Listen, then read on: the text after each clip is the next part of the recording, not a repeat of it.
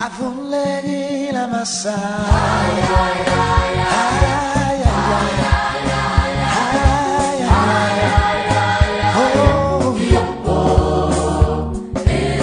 Mesdames et messieurs, je vous salue dans le merveilleux nom de Jésus et je suis content de vous retrouver, n'est-ce pas, au travers de cette émission. Tu dois comprendre, surtout que depuis quelques semaines, nous parlons d'un sujet qui nous concerne tous, n'est-ce pas, la prière pour notre nation. Que vous le vouliez ou pas, aujourd'hui, il est important de comprendre que la prière est une arme efficace, n'est-ce pas, pour repousser l'ennemi, pour la déroute de l'ennemi, pour l'échec de l'ennemi. Nous savons ce qui se passe du côté de l'extrême nord et dans une certaine mesure du côté de l'est du Cameroun.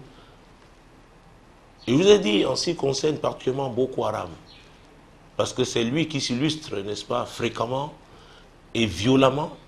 Je vous avais dit que ces gens-là aussi ont leur Dieu. Leur Dieu est le destructeur. Et Jésus a dit que le diable ne vient que pour voler, égorger et détruire. Leur Dieu est le diable. Et ce n'est que lui qui pouvait les inspirer, n'est-ce pas, d'attaquer une nation paisible comme le Cameroun et de persister dans cette démarche-là, dans cette entreprise-là. Et cette série sur la prière, notamment la prière pour la nation, a pour but de stimuler les chrétiens, qu'ils comprennent que c'est leur devoir. Cette série s'adresse à l'Église tout entière, toute dénomination confondue, pour qu'elle prenne sa place. Le prophète Habakkuk, dans le livre qui porte son nom, notamment dans son 2e chapitre, et là je lirai le verset 1, a dit quelque chose de très important. J'étais à mon poste et je me tenais sur la tour. Je veillais pour voir ce que l'Éternel me dirait et ce que je répliquerais après ma plainte. Donc Habakkuk était à son poste. Tout chrétien doit être à son poste. Mais comment le chrétien peut-il être à son poste si l'Église elle-même n'occupe pas sa place? Si la paix n'est pas véritablement un objectif permanent de l'Église, le maintien de la paix. Vous savez, le Cameroun est reconnu pour être un îlot de paix, mais depuis quelques mois maintenant, ce qui se passe, si ça continue, ça risque de changer cette image qui était celle du Cameroun. Nous savons que l'extrême nord du Cameroun est la plus belle région de notre nation. Mais aujourd'hui, il est difficile pour les touristes de se rendre là-bas. Ah oui, il y a même certains pays, n'est-ce pas, qui découragent leurs compatriotes aujourd'hui d'aller visiter cette belle région. Donc en termes de recettes, nous serons touchés parce qu'il y aura certainement, et il y a même déjà une baisse notable, n'est-ce pas? Les hôteliers de cette région-là vous le diront. Le taux de fréquentation des hôtels a baissé. Donc, nous avons beaucoup de raisons pour prier pour notre nation et particulièrement pour la région de l'extrême nord et de l'est du Cameroun. Habakkuk a dit, j'étais à mon poste. Tout chrétien camerounais, tout chrétien étranger vivant au Cameroun, et si on se réfère à ce que Jérémie a dit dans Jérémie chapitre 29, verset 7, recherchez le bien de la ville où je vous ai mené en captivité, parce que votre bonheur dépend du sien. Donc, en étant à Douala, en étant au Cameroun, en étant à Yaoundé, à Bafoussa, à Boya, quel que soit le lieu, votre bonheur dépend effectivement de l'atmosphère qui prévaut dans cette ville. S'il n'y a pas de paix, vous ne saurez vaquer, n'est-ce pas, à vos occupations. S'il n'y a pas de paix, même si vous êtes malade, il serait difficile pour vous de vous rendre, n'est-ce pas, à un centre hospitalier. Donc la paix est importante. Et Dieu dit, Et c'est Jésus qui le disait. Lorsqu'il enseignait à ses disciples comment prier. Notre Père qui est aux cieux, que ton nom soit sanctifié, que ton règne vienne et que ta volonté se fasse sur la terre comme au ciel. Dieu a une volonté. Sa volonté, n'est-ce pas, doit s'accomplir sur cette terre et le Cameroun fait partie des nations de cette terre. Et en face, le diable est là avec ses agents et leur objectif est d'empêcher le plan de Dieu de s'accomplir. Et si le diable, vous êtes convaincu qu'il est le destructeur, vous n'avez pas intérêt à voir ses plans prospérer. Donc il faut faire quelque chose. Il faut prier. Je sais que nous sommes occupés à beaucoup de choses. Mais nous sommes occupés justement parce qu'il y a la paix. S'il n'y a plus de paix à un certain niveau, vous ne pourrez même plus sortir ou alors vous sortirez difficilement de votre maison. Les magasins seront fermés. Les hôpitaux, il faudrait encore que le personnel sanitaire puisse s'y rendre. Quand il n'y a pas la paix dans un pays, quand il y a les troubles, ça devient difficile pour tout le monde.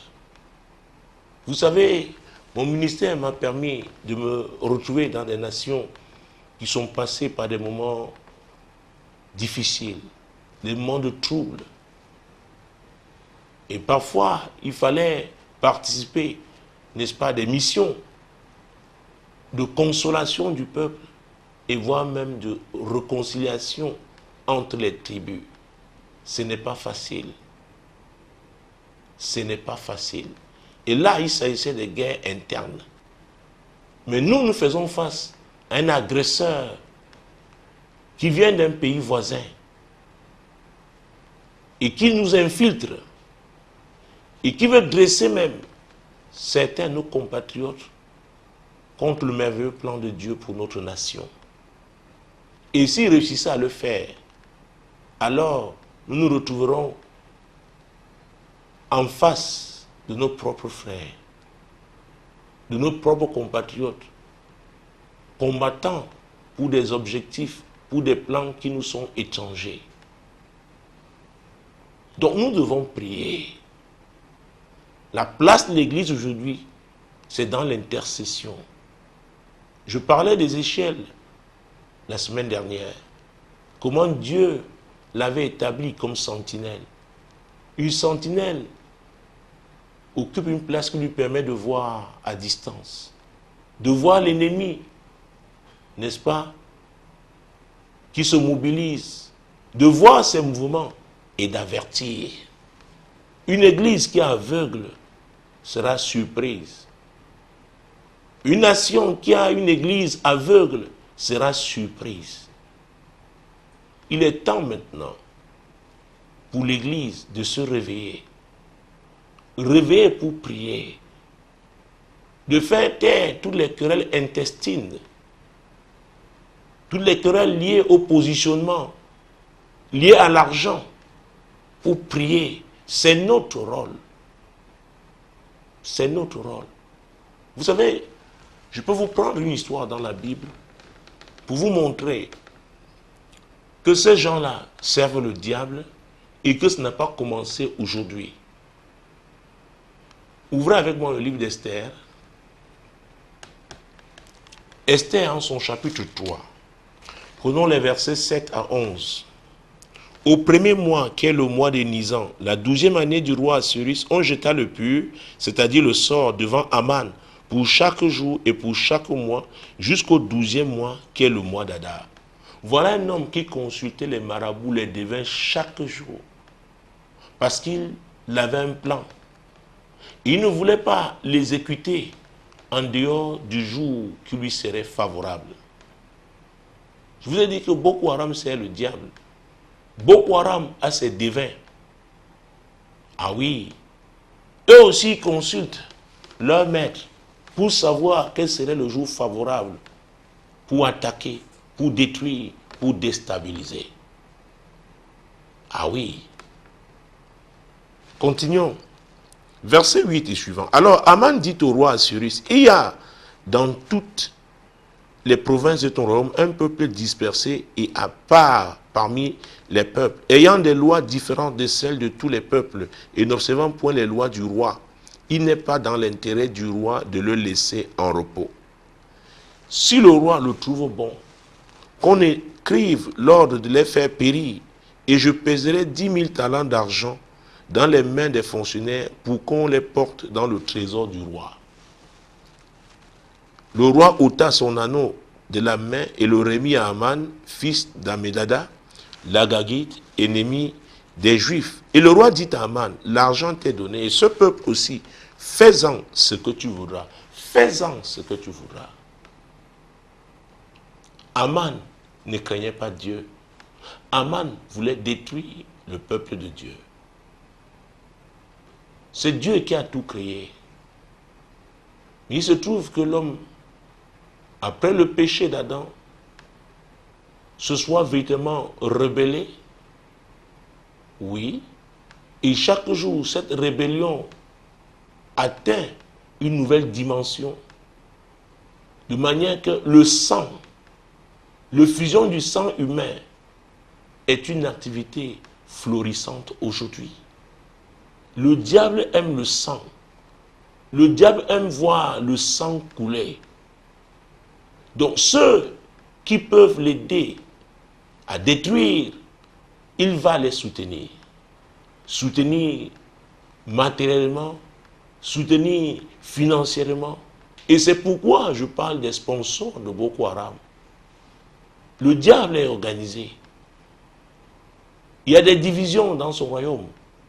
Il y en a qui s'occupent des finances. Il y en a qui s'occupent de la formation des destructeurs. Il y en a spécialisés dans la fourniture des équipements.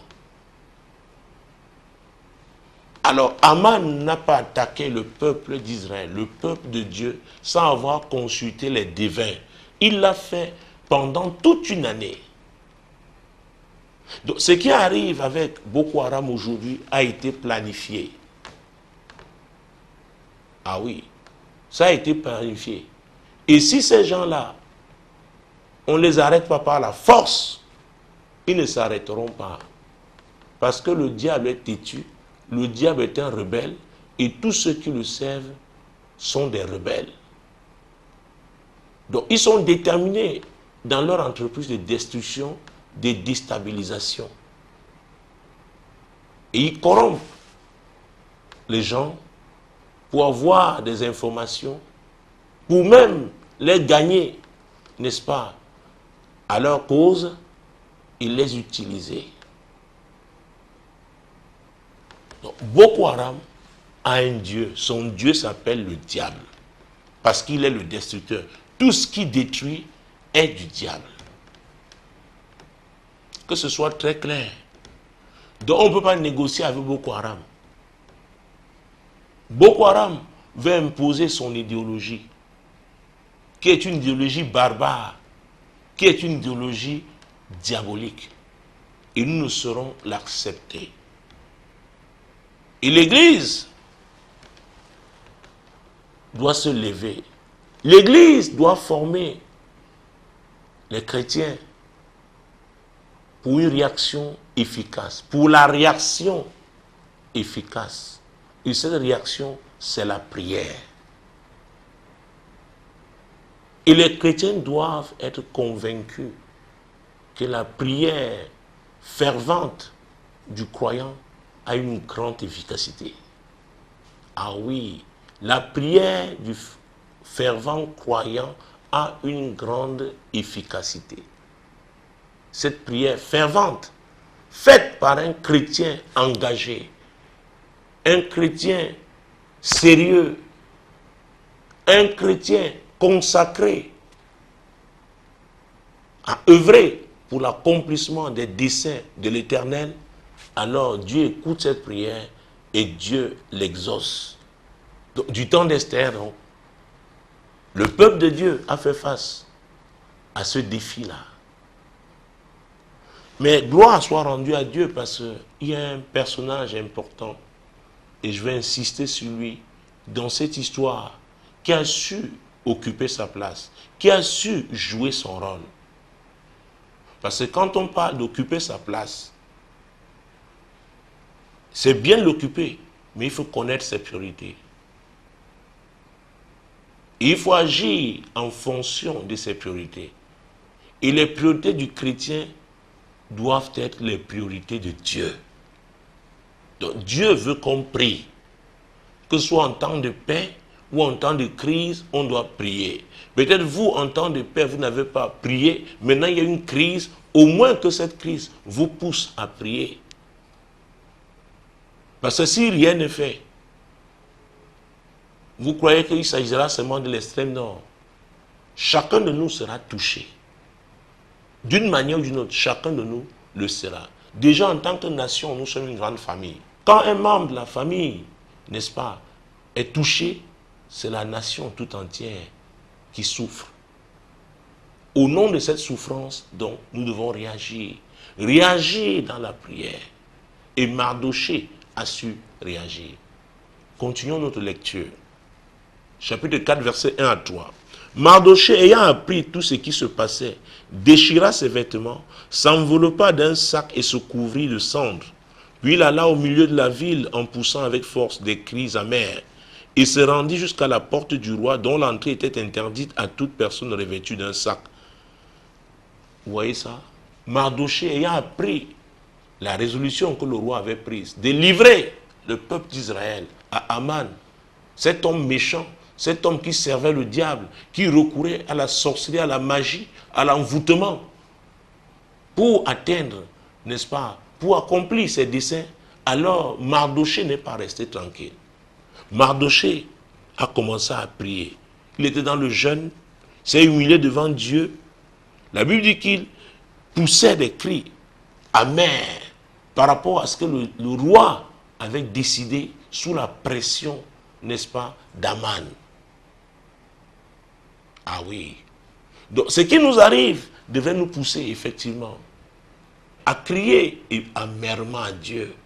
Oui, à nous humilier devant lui dans le jeûne, la prière, pour qu'il intervienne.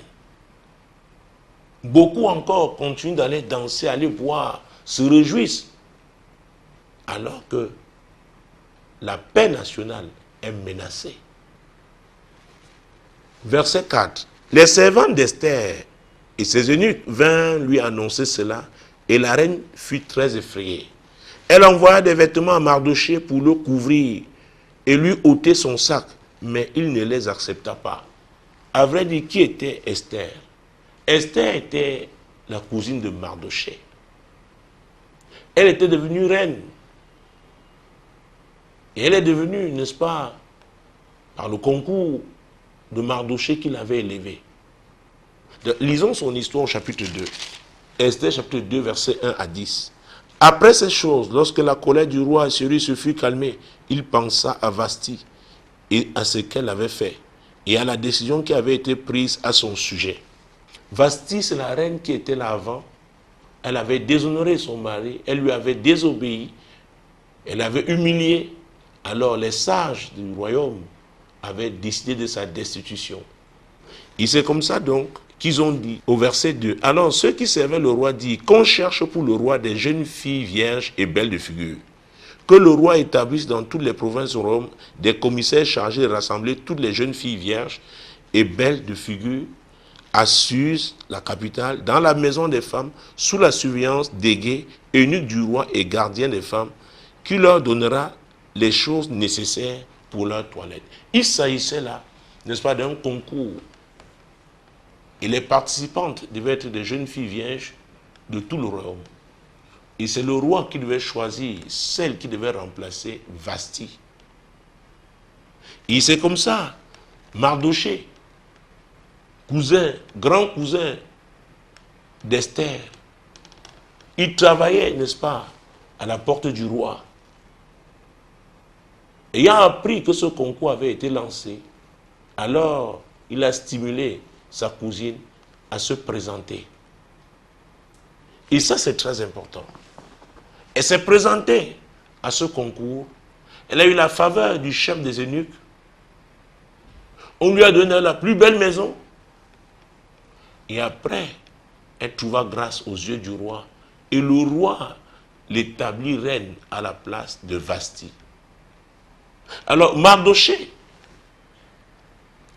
ayant appris que le sort du peuple d'Israël était scellé, qu'un méchant avait décidé de détruire le peuple de Dieu, alors il eut recours à sa cousine qui était devenue reine.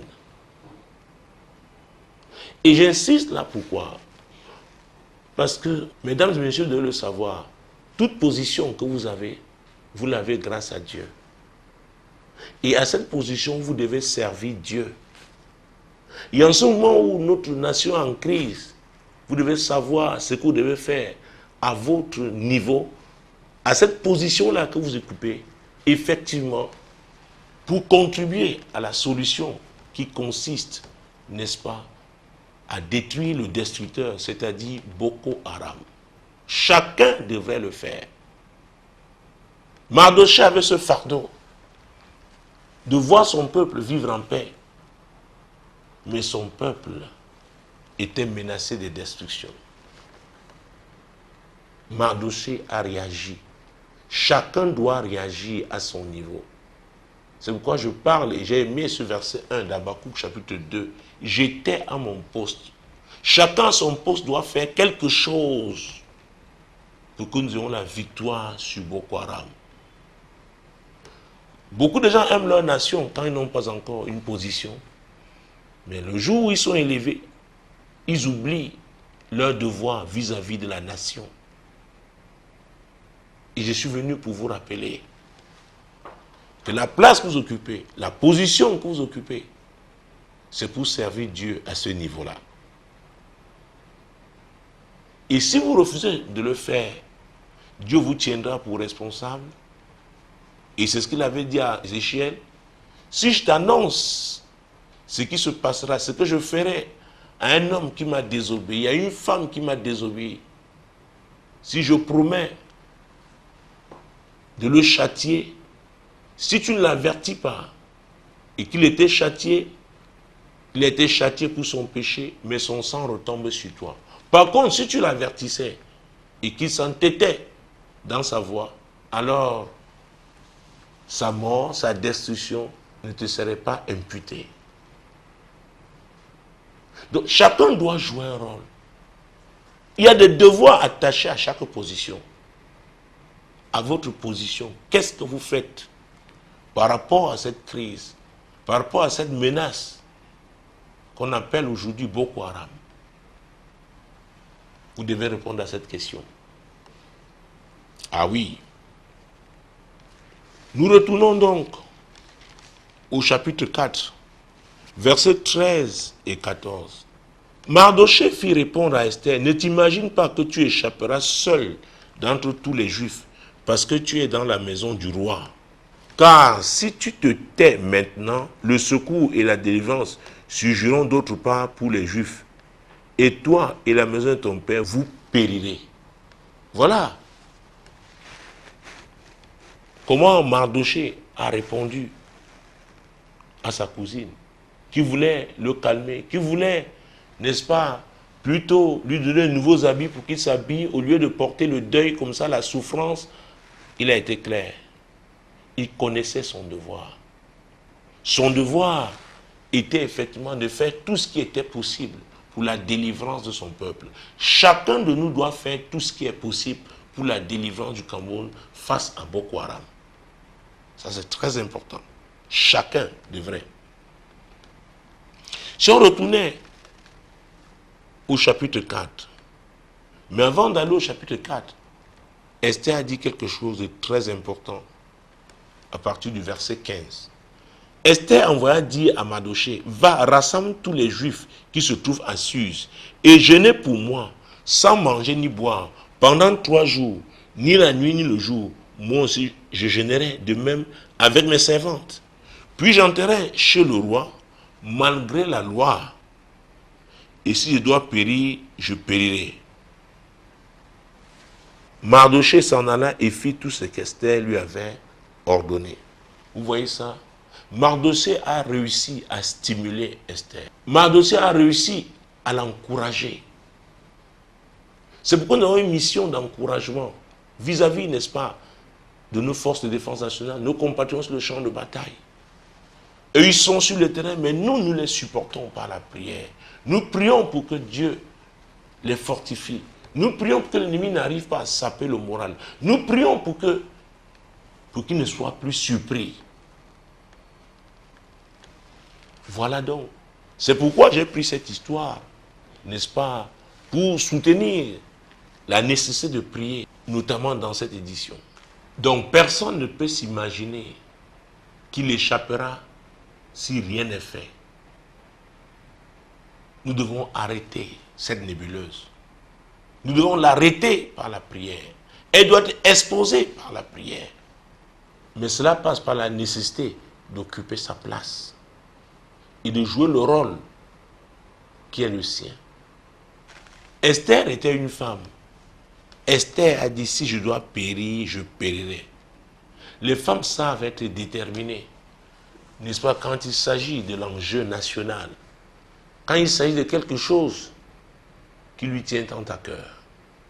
Elle est prête, véritablement, à payer le prix. Et je suis venu parler aux femmes, pour qu'elles ne restent pas en retrait, pour qu'elles se lèvent comme des femmes, n'est-ce pas, dans l'histoire. Dieu lui-même, dans sa parole, il dit comment il était nécessaire de faire venir les femmes pendant nos moments difficiles. Les femmes ont un grand rôle à jouer. Jérémie chapitre 9, versets 17 et 18. Ainsi parle l'Éternel des armées. Cherchez, appelez les pleureuses et qu'elles viennent. Envoyez quelqu'un vers les femmes habiles et qu'elles viennent. Qu'elles se hâtent de dire sur nous une complainte et que les larmes tombent de nos yeux. Que l'eau coule de nos paupières. C'est important de pleurer par rapport à ce qui se passe. Pleurer devant Dieu. Crier à lui. Mais alors sincèrement, il ne s'agit pas là des larmes de crocodile. C'est des larmes sincères. Des personnes qui sont touchées par ce qui se passe chez nos compatriotes du côté de l'extrême nord. Si elles se retrouvent ensemble pour crier à Dieu, Dieu répondra. Dieu répondra. Versets 19 à 21. Car des cris lamentables se font entiers de Sion. Des cris lamentables. On doit se lamenter au Cameroun. Ces cris doivent avoir leur retentissement. Doivent produire, n'est-ce pas, leur retentissement. Même en dehors de nos frontières. Que les gens comprennent, que nos amis comprennent que nous sommes touchés. Et quoi? Nous sommes détruits. Nous sommes couverts de honte. Il nous faut abandonner le pays. On a renversé nos demeures. Femmes, écoutez la parole de l'Éternel et que votre oreille saisisse ce que dit sa bouche. Apprenez à vos filles des chants lugubres.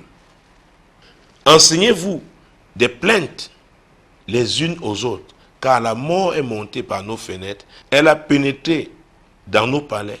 Elle extermine les enfants dans la rue. Voilà.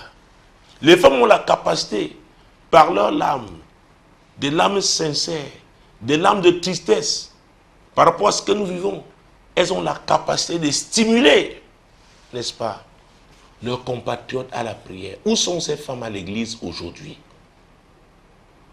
Les femmes qui aiment leur nation, prêtes à payer le prix dans le jeûne, la prière, afin que Dieu intervienne. C'est pourquoi Dieu a dit, n'est-ce pas, par le prophète Jérémie, d'aller appeler les pleureuses. Par leurs pleurs, les gens prendront conscience des menaces et ils se lèveront. Regardez ce que Dieu dit dans Isaïe, au chapitre 42, verset 14. J'ai longtemps gardé le silence. Je me suis tu, je me suis contenu. Je crierai comme une femme en travail. C'est Dieu qui le dit. Parce qu'il reconnaît que quand une femme est en travail, la douleur qu'elle ressent, elle crie. Elle ne crie pas à voix basse. Donc on peut aussi faire ce type de prière en ce moment. Enseigner au peuple comment le faire. Et trouver des gens qui ont cette capacité, qui ont cette grâce, n'est-ce pas, d'opérer dans ce domaine. La Bible nous parle d'une autre femme. Elle s'appelle Déborah. En son temps, elle a su réagir. Et le livre de Juges, en son chapitre 5, verset 7. Les chefs étaient sans force en Israël, sans force quand je me suis levé, moi, Déborah, quand je me suis levé comme une mère en Israël. Où sont toutes ces mères à l'église? Les hommes étaient sans force. Au Cameroun, les hommes encore sont forts. N'attendez pas quand ils seront sans force. Levez-vous maintenant et dites à Dieu que ce que nous vivons est anormal. Nous avons été agressés et nous voulons avoir la victoire sur les agresseurs. Donc Déborah s'est levée. Les femmes croyantes, les femmes chrétiennes doivent se lever. Se lever dans la prière. On n'a pas besoin d'être pasteur, apôtre, prophète, évangile ou docteur. On peut se lever dans la prière et changer le cours des choses. La prière fervente d'un juste a une grande efficacité. L'histoire même d'Anne, la prophétesse, dans la Bible, nous montre comment une femme avait un objectif à atteindre. Et toute sa vie, elle a travaillé par rapport à cet objectif. Et je me pose encore la question, où sont les femmes à l'église? Quel est l'objectif des femmes à l'église? Dieu a vu que leur larmes était efficace pour pouvoir entraîner les autres dans la prière. La Bible nous a montré comment leur détermination était nécessaire. Anne s'est sacrifiée pour voir un jour le Seigneur. Et l'histoire est tirée de Luc chapitre 2, versets 36 à 38. Il y avait aussi une prophétesse, Anne, fille de Phanuel, de la tribu d'Azer. Elle était fort avancée en âge et elle avait vécu 7 ans avec son mari depuis sa virginité. Restée veuve et âgée de 84 ans, elle ne quittait pas le temple et elle servait Dieu jour et nuit dans le jeûne et dans la prière. Elle servait Dieu jour et nuit dans le jeûne et la prière. Les femmes qui ont payé le prix pour voir le Messie. Les femmes peuvent aussi payer le prix aujourd'hui pour que cette agression cesse. Les femmes peuvent payer le prix de manière à voir Boko Haram totalement écrasé. Les femmes peuvent le faire. Femmes, où êtes-vous? Où êtes-vous dans ce combat? Vous n'avez pas d'armes, mais vos atouts dans la prière. Les prières accompagnées des jeûnes sincères. Ah oui, Dieu exauce ses prières. C'est pourquoi je vais dans cette édition donc interpeller les femmes. Vous femmes, vous êtes à l'église, vous faites beaucoup d'activités. On vous voit à l'occasion des journées spéciales, la journée de la mer, le 8 mars, etc., etc. Voilà la situation dans laquelle nous nous trouvons. Nous sommes menacés. Et je vous dis, en insistant, que vos prières changeront la situation de ce pays. Vos prières nous donneront la victoire sur Boko Haram. Femme, est-ce que tu veux répondre à cet appel? Tu vas me dire, peut-être que tu ne sais pas prier, on apprend à prier. Et étant coordinateur de la maison de prière du Cameroun, nous avons organisé des séminaires de prière, même dans cette ville. Et on a vu des femmes se lever, véritablement, pour intercéder. Femme, je te lance un appel. Et c'est Dieu qui t'appelle. Il t'appelle à intercéder pour cette nation. Et parce que moi, en cette saison, allez vous répondre à cet appel. Je veux prier pour vous. Si vous croyez que vos prières peuvent changer le cours des choses, vos prières peuvent contribuer à déstabiliser Boko Haram et à le détruire, alors je voudrais prier pour vous. Ne l'oubliez pas, je l'ai dit, les prières que nous adressons à Dieu sont faites au nom de Jésus.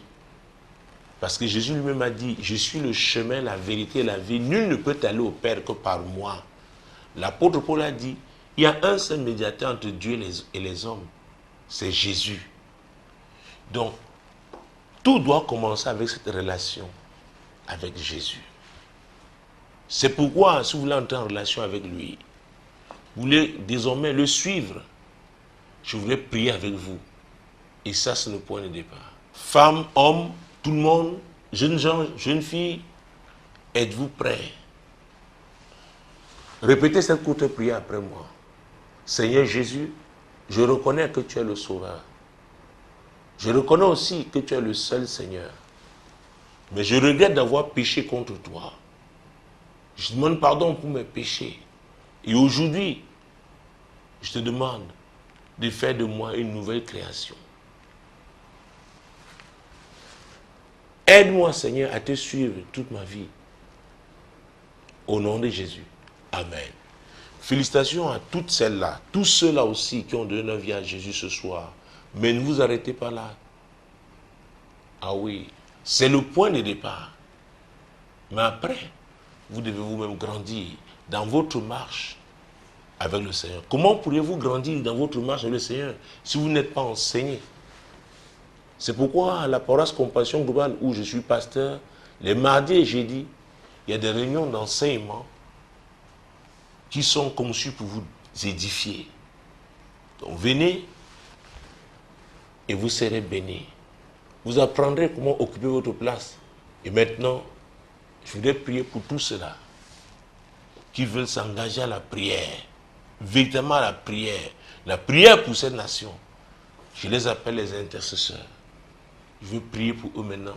Seigneur Jésus, je regrette de n'avoir pas répondu à l'appel pour l'intercession. Seigneur, c'est de l'égoïsme. Penser à soi alors que la nation est menacée. Se réjouir alors que nos compatriotes sont attristés par des voyous. Seigneur, je te demande pardon au nom de Jésus. Je m'engage désormais à prier pour la nation, à prier pour ma ville, au nom puissant de Jésus-Christ. Mesdames et messieurs, et notamment ces femmes qui ont répondu à cet appel, comme Déborah se sont levées, cette fois-ci pour prier, pour intercéder dans le jeûne, la prière, en fonction de l'état de santé. Alors, je suis convaincu d'une chose, c'est que nous aurons la victoire sur Boko Haram, au nom de Jésus. Amen. Vous qui avez décidé de suivre Jésus, à l'occasion de cette édition de Tu dois comprendre, vous devez savoir que la paroisse Compassion Globale se trouve à Bonacoma, en face de l'entrée de la Casse. Et tous les mardis et vendredis, ces réunions d'édification, oui, sont organisées dans cette paroisse à partir de 18h30. Vous êtes pratiquement enseignés sur comment prier. Donc, venez, vous apprendrez à prier. Venez aussi parce que ces nuits sont une nuit de délivrance. Oui, nous prions pour des personnes captives de la sorcellerie, bloquées dans la sorcellerie, et Jésus les délivre. Nous prions pour les malades et Jésus les guérit. Nous prions pour la restauration des familles et Jésus les restaure. Donc, vous êtes invités à ces nuits de prière qui sont très édifiantes, mais n'oubliez pas, chaque dimanche, nous sommes là pour le culte du dimanche. Et rassurez-vous, vous êtes mes invités. Que le Seigneur bénisse. Shalom.